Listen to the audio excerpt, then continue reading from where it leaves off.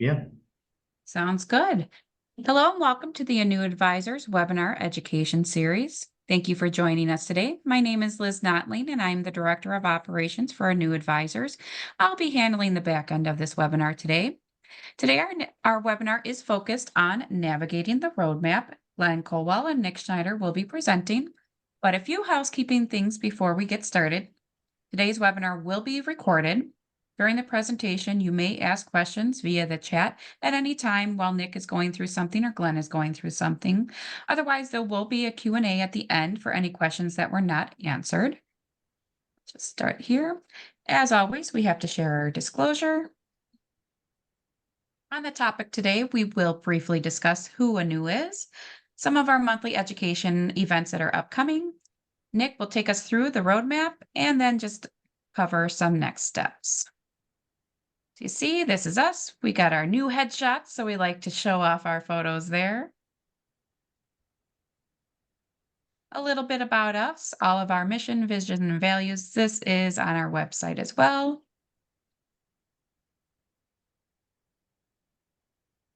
A little bit of our history. We don't want to bore you with all the facts. And our 2024 education calendar. So this is May. We are learning to navigate the Anew Advisors roadmap. Next month is a special webinar geared towards first responders, significant others, and then the rest are shown on there. Without further ado, I think I will have Nick go ahead and take over. Perfect. Thank you, Liz. Just going to grab the screen share here.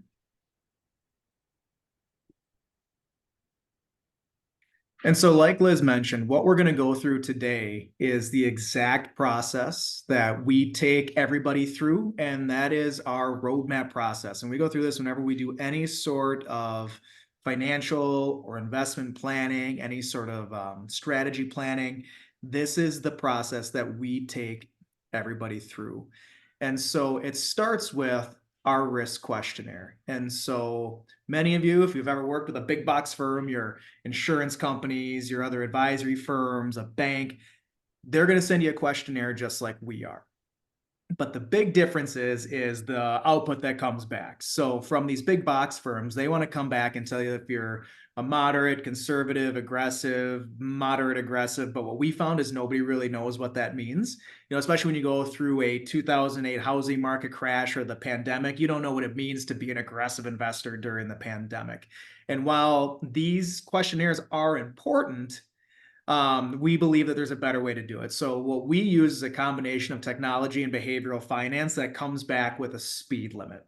Because what we found is that people that tend to drive a little faster tend to invest a little more aggressively and drive their investments faster. People that drive slower want to invest more conservatively and want to drive their investments slower.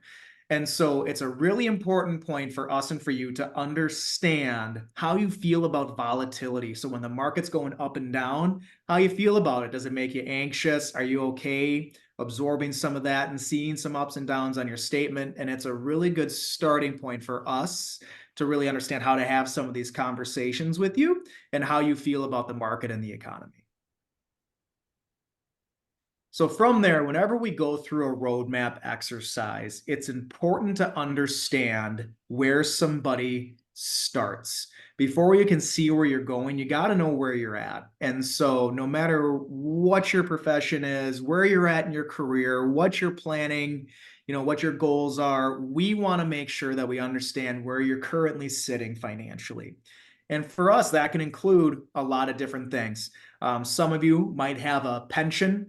And so that's always one of the first things we look at. It acts really as an anchor in any portfolio that we're looking at and is often one of the biggest pieces of your retirement. And so we always look at, say you have this pension, whenever you're going to receive it, we want to look at what that pension's worth, when you're going to start taking it, and importantly, if you were to save this on your own, what would you need to save on your own to fully fund this pension benefit from when you retire all the way out to age 90? And we always use life expectancy out to age 90 because we don't want anyone to go through retirement without having any money throughout. And so in this particular example, this was a gentleman that actually shared their pension numbers with us. They were going to receive a pension just under $4,000. So they would have needed to save 1.7 million over the course of their career in order to fully fund that pension that they had. Yeah, Nick, I'm just gonna make a comment here. So that's just taking that little under 4,000 number and multiplying it by 12, and then the age that you retire out to age 90. So monthly pension times 12, that gets you an annual, and then out to your age 90 from the time of retirement. Just a simple math aspect to it. Yep, exactly. Thank you, Glenn. And so from there, we'll look at any other investment statements you might have. It can be a 401k, 403b, 401a, 457, whatever that may be, you're likely investing inside of that and using some combination of stocks, mutual funds, ETFs, real estate, whatever it may be. We upload that into our system. And what our system does is we look at the actual investments that you're holding, and then we layer in what happened in a 2008 during a tech market boom and bust during the pandemic. And we're taking data going all the way back to the 1950s and then layering in these different high stress scenarios. And we're seeing what the best and worst cases are in order to see what your portfolio is driving at. Because just like you, each one of these investments drives a certain speed.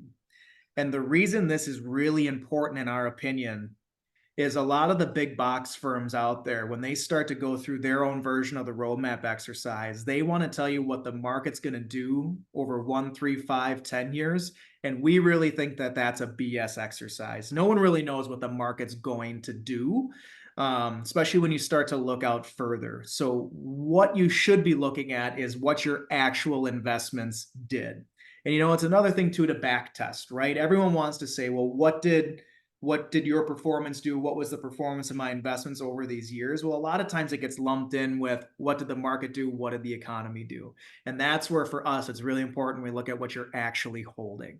So we go through and pull all the actual investments that you're using, wherever you're using them. It might be in an IRA, in your Roth, in your 401k. And then we do that for all the accounts you have. We'll look at things like HSAs as well. You might have a flex spending account you got to use every year. Some of our first responder clients around the country have drop plans, which are a special type of retirement plan. So whatever it is, we start to layer that into the roadmap. And it can even be things like rental properties you might plan on selling or using as investment income. We'll layer all that in to see how fast your portfolio is currently driving versus how fast you might want to drive. So in this particular example, this couple answered that they want to drive a 70 and they're driving a 26. And so why that's important is you need to see the difference between, again, where you're driving, where you want to be driving, because any of that is potential opportunity to drive a little faster and build additional assets, wealth, or lifestyle when you get to retirement. Some other things we look at when we get here, we really focus in on things like saving habits, right? Making sure you're saving in the right accounts. Are you maxing out some of these accounts? Are you using your Roths? When we do what Glenn calls, this is our x-ray, right? We want to, if we're the doctor in the room, we need to see where you're starting, and that's all a part of it. And so then we look at a couple other items. GPA, this works just like your grades did in school. We all got A's, B's, C's, and D's. And this is measured in that same way on that 4-point scale. And so what we're looking at here are returns, dividends, any sort of expenses, if you're paying advisors, efficiencies. So say you and your spouse are both using a 401k or a 401 or 403b, 457. If you're both holding all the same stuff across your portfolios, you might be getting a lot of overlap. You might be using the exact same things across these mutual funds and creating redundancies and additional expenses you don't need. And we're looking at all of that when we look at the efficiencies of the portfolio. Hey, And Nick. Yeah, I'm sorry. Can you scroll up to the top? I guess something additional that we also encounter over the years is when we send out this link for this risk questionnaire to get your speed limit. A lot of times, one of the individuals will answer it. It's either the husband or the wife, and then when we sit down to actually go through this roadmap process, the other spouse wants to do it themselves. So we've done this a couple ways. Either you do it on your own, your spouse does it on their own, and we kind of just add and divide by 2, so we get a general speed limit for the household. Or you sit down and you take it together, which is always an interesting conversation along the way for spouses. So there's multiple ways to get to this speed limit. It just depends on how you want to tackle your own investments. Perfect. Yep. So then from there, once we have everything set, we've got how fast you want to drive, how fast you're driving, we've got any of the investments that you want to see added into the roadmap, we go to our actual planning phase, which, as the title is the retirement roadmap basics. And this is where the rubber really meets the road. This is the planning aspect that everyone should be going through. And so what we're looking at here is we want to see what the probability is of meeting some sort of stated goal for income when you retire. And we make some assumptions, starting with you let us know your age. We always assume life expectancy out to age 90, like I mentioned earlier. We don't want anyone to be left at the end of their career, at the end of their life without any money. And so we always run life expectancy out to age 90. Inflation right now, we have set at 4%. This one's been a big talking point when we meet with people recently. We all have seen the scary headline numbers, the 9, 10, 11, 12% over the last couple of years. We know cumulative inflation over the last 3 years is up over 20%. And so it is a big part of actually detracting from the portfolio. It's that hidden tax that everyone likes to talk about, is inflation. And we know right now we've seen that the numbers have actually been lower, dropping down as low as 2 to 3%. But we want to make sure we're conservative. We know that inflation is going to eat away at any cash investments that people might have. So we stick with inflation at around 4%, and we'll adjust it as we need to. If we see that inflation is going to stay lower for an extended period of time, we'll move that number as we see fit. Then we look at how much you have invested, inclusive of any, in this example, inclusive of a pension, how much you're saving, year you want to retire, and then how much you want to withdraw. And this is a budget question, and this is where we help a lot of people understand their budget. Especially if you're on the younger end of the spectrum, right? Maybe just married. The example I give is I was helping a young couple, and they had actually just combined their finances but never really talked about it. And then when we went through their budget, realized that they were doing things like spending multiple times on things like Netflix and Hulu, paying for multiple accounts, really taking away from their cash flow. So just making sure you have built out a regular budget so you know what you're going to need either at retirement or now to fund your lifestyle. And then, just making sure things are built into there, like emergency savings accounts, things like that, making sure that's all part of your budget.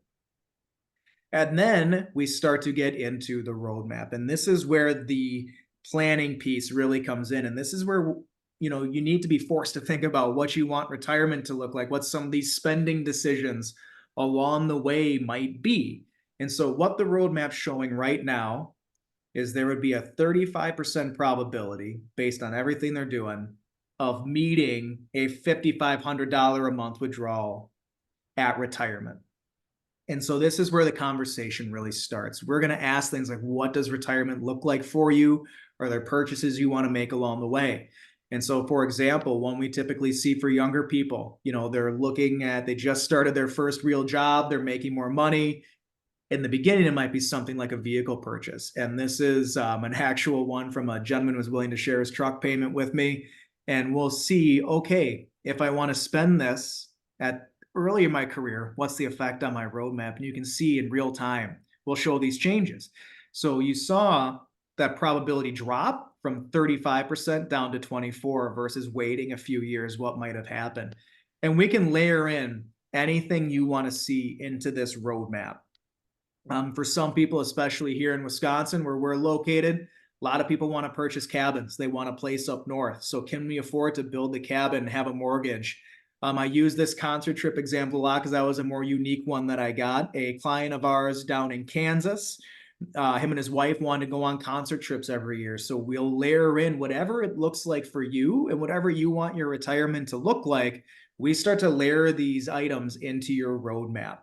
And then it can go the other way too, not just things coming out, but you're going to have Social Security. Or if you do have Social Security, what's it going to look like? And these are items that we can turn on and off as we go through the roadmap and as we zero in on what the amounts are actually going to be. So once we set these goals, we know what you want your lifestyle to look like, what your spending needs are going to be, what the expenses are. Then we can start to look at how can we improve on the investments. And so what I'm going to show here is just changing the investments you're using for your retirement accounts. And so everything else is the same. All the goals are the same.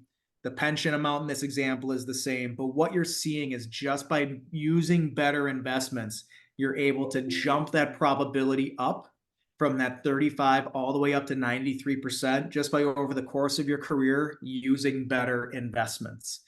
And we tell people all the time, it doesn't matter who you want to use. Figure out what you're willing to pay for investment advice and then go pay it.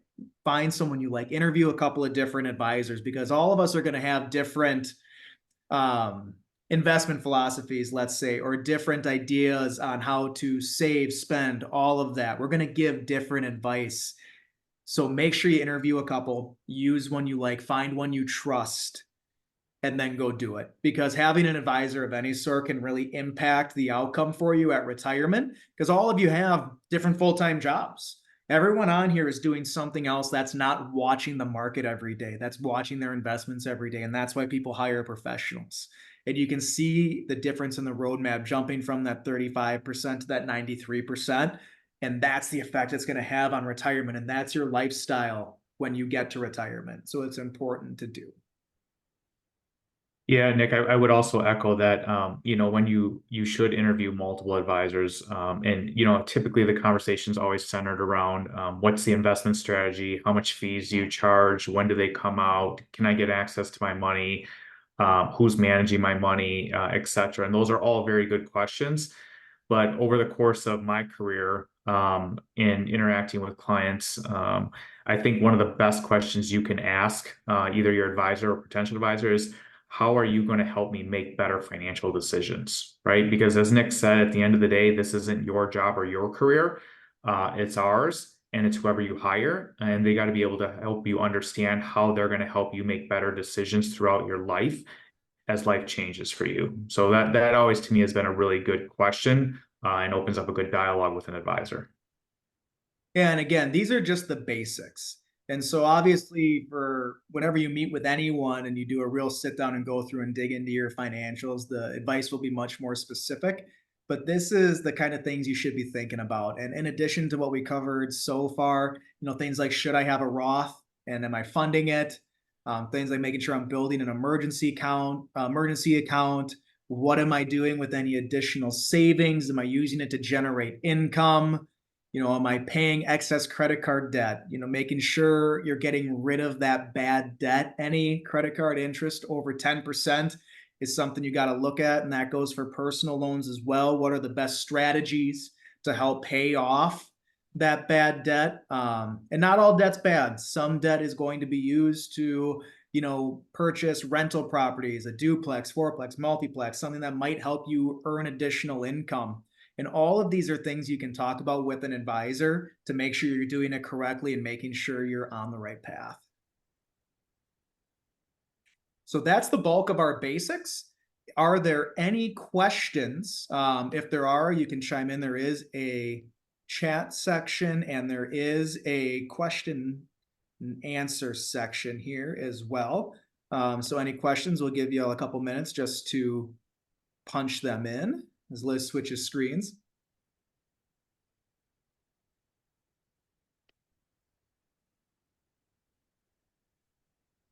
Hey, Liz, just for a quick question, that QR code in the bottom right, does that just go to our website for people to access? Yes. Okay. And then we actually have these go directly to their pages as well. Okay. So those are a couple of our business development officers. We have dedicated fire service and law enforcement. And then on our website, we also have dedicated private sector, business owner, business executive outreach directives.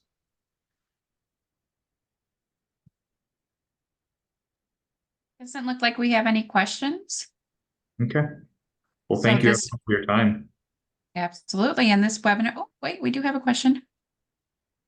Are you able to see it? Yeah, how often do you recommend reviewing, updating your roadmap? Great question. So we mandate if someone works with us annually, So at least once a year, you're going to get an email from us saying, hey, time to go through, review your roadmap. And it varies for different people. Some people, when you get closer to retirement, we might talk every 3 to 6 months as you get closer to that date, because it's becoming more important and we're talking strategy on how you're going to take income. We have some clients that like to talk to us more because they like talking about the market and the economy and how that's affecting their roadmap, or whenever you're having a big life change or making some sort of big financial decision.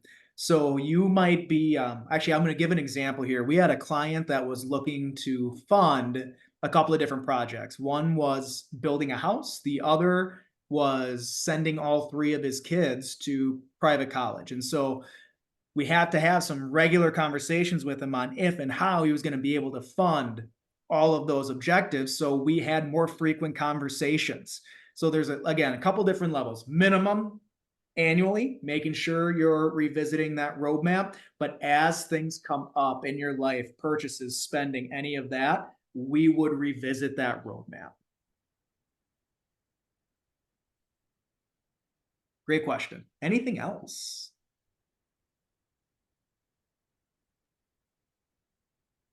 As a reminder, this webinar is recorded and it will be on our YouTube page. Other than that, I believe this concludes our webinar. Thank you. Thank you, everybody. Take care.